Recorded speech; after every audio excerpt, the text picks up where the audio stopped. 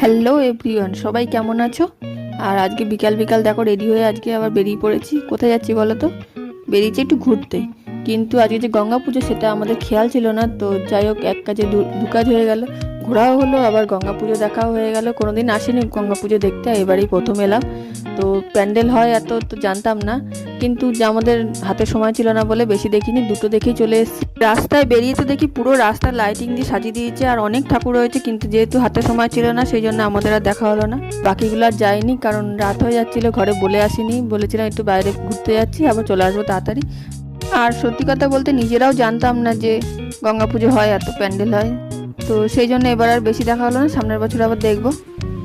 তো সেই জন্য আর কোথাও যাওয়া হলো না। আর ফেরার সময় দেখো স্পেশাল ফুচকা খেয়ে তারপর বাড়ি চলে এলাম। আর এখানে স্পেশাল ফুচকাটা না খুব দারুণ হয়, আমি যখনই আসি তখনই এখানে এসে খাই। তো আজকের মতন তাহলে টাটা, দেখা হচ্ছে আবার পরের ভিডিওতে।